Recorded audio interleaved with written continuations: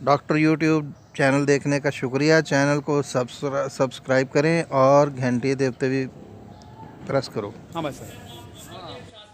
جی ہاں. اللہ ایک ہے، اس میں کسی کا جھگڑا نہیں ہے. اس کی عبادت کرنی چاہیے، اس میں کسی کا جھگڑا نہیں ہے.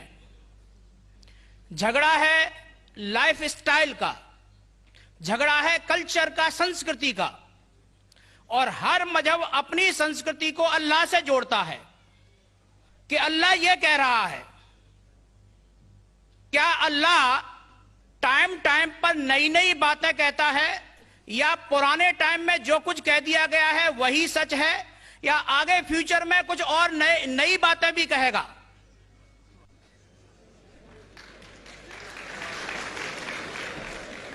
بھائی صاحب کا اچھا سوال تھا کہ کسی کو دو رائے نہیں کہ اللہ ایک ہے، بھگوان ایک ہے. سب مانتے کیسے اسی کی عبادت کرنا چاہیے، لیکن ہر مذہب اپنی کلچر، اپنی سنسکرتی کو دیکھ کے سٹائل بدلتا ہے. تو اللہ تعالیٰ جو پہلے کہہ چکا وہ ابھی بھی سیم ہے کہ ٹائم پہ بدلتا ہے. بھائی صاحب کا سوال اچھا ہے، لیکن یہ کہنا چاہتا ہوں جواب دینے کے پہلے. ان بھائی صاحب نے کہا کہ سب مانتے ہیں کہ اللہ ایک ہے. یہ میں نہیں مانتا ہوں کہ سب مانتے، میں نہیں مانتا ہوں کہ سب مانتے. یہ میرا فیلڈ ہے، یہ میرا فن ہے غیر مسلم سے بات کرنا. میں یہ نہیں مانتا ہوں کہ ہر غیر مسلم مانتے اللہ ایک ہے، کہ بھگوان ایک ہے. کئی لوگ بھگوان میں مانتے ہی نہیں، ناستک کہتے ہیں.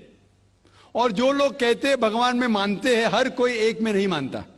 کتنے لوگ 3 میں مانتے، کتنے لوگ 100 میں مانتے، کتنے لوگ سب کچھ بھگوان مانتے ہیں.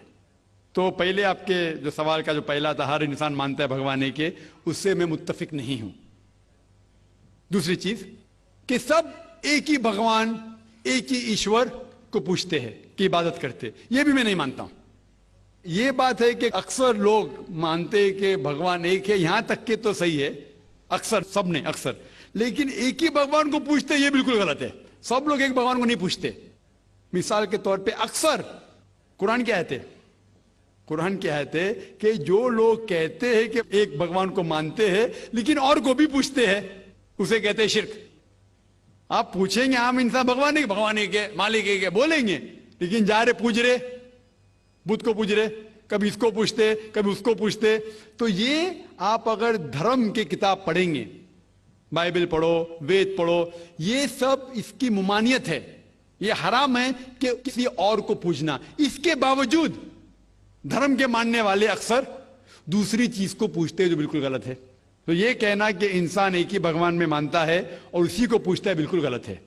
آپ دیکھیں گے عام طور پہ جو فرق ہے کہ جو قرآن کہتے ہیں تعالیٰ الی کلمۃ سواء بین بینکم، آپس میں اس چیز پہ آؤ جو ہم اور آپ میں یکساں ہے.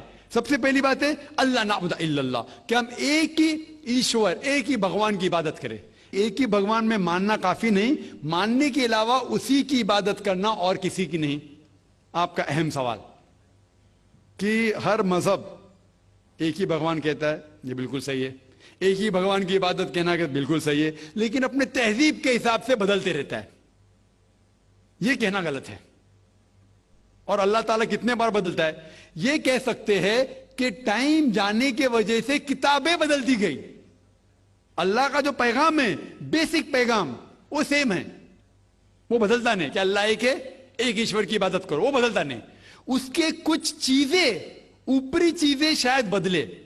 مثال کے طور پہ کس طریقے سے عبادت کرنا، ہم جس طریقے سے صلاح پڑھتے ہیں وہ 1400 سال پہلے محمد صلی اللہ علیہ وسلم پیغمبر کے ذریعے نازل ہوا. لیکن جو مین ہے کہ ایک ہی ایشور ہے، ایک ہی ایشور کی عبادت کرنا چاہے، وہ کبھی بھی نہیں بدلے گا.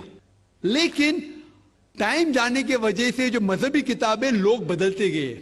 اللہ تعالیٰ فرماتے قرآن میں سورہ بقرہ میں سورہ نمبر 2 آیت نمبر 79، فَوَيْلٌ لِّلَّذِينَ يَكْتُبُونَ الْكِتَابَ بِأَيْدِيهِمْ ثُمَّ يَقُولُونَ هَٰذَا مِنْ عِندِ اللَّهِ لِيَشْتَرُوا بِهِ ثَمَنًا قَلِيلًا فَوَيْلٌ لَّهُم مِّمَّا كَتَبَتْ أَيْدِيهِمْ وَوَيْلٌ لَّهُم مِّمَّا يَكْسِبُونَ. اس کی معنی ہے کہ لعنت ہے وہ لوگ پہ جو لوگ کتاب اپنے ہاتھ سے لکھتے ہیں اور کہتے ہیں اللہ کی طرف سے ہے. لعنت ہے ان کے اوپر جو کماتے ہیں اور لعنت ہے ان کے ہاتھ کے اوپر. تو اللہ تعالیٰ فرماتے ہیں کہ کتابیں بدلی گئی ہے. تو جتنے مذہبی کتابیں ہیں آج کی تاریخ میں، ساری قرآن مجید کو چھوڑ کے